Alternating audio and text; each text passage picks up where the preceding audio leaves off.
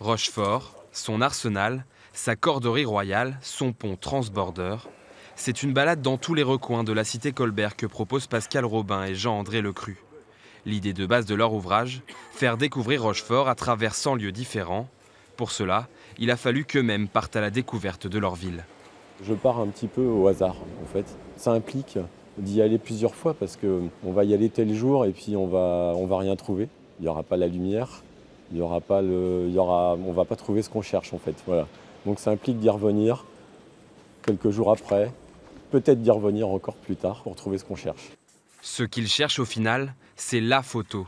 Car même si les lieux sont parfois très riches, comme dans ce musée de l'Annaman, il faut parvenir à les résumer en un seul cliché. L'idée c'était de cette photo, c'était à la fois en fait d'avoir quelque part un portrait d'avion, mais à la fois de montrer d'avoir une petite vue d'ensemble en fait sur le lieu.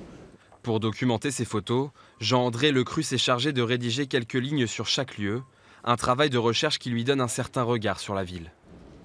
C'est une ville qui semble très simple, qui semble très lisse, si on peut dire.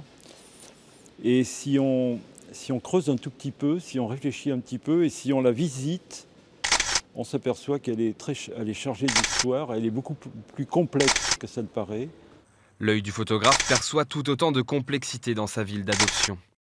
J'ai évoqué assez vite le côté, c'est une ville océane en fait, c'est-à-dire que c'est une ville qui est dans les terres. La mer, elle n'est pas tout à fait là, mais elle est là quand même. Il y a ce côté en fait assez curieux. Plus qu'un livre historique, cet ouvrage aborde également le Rochefort actuel. Il fait un détour par le skatepark, le cinéma ou encore par les joueurs de pétanque, des parties intégrantes du paysage rochefortais.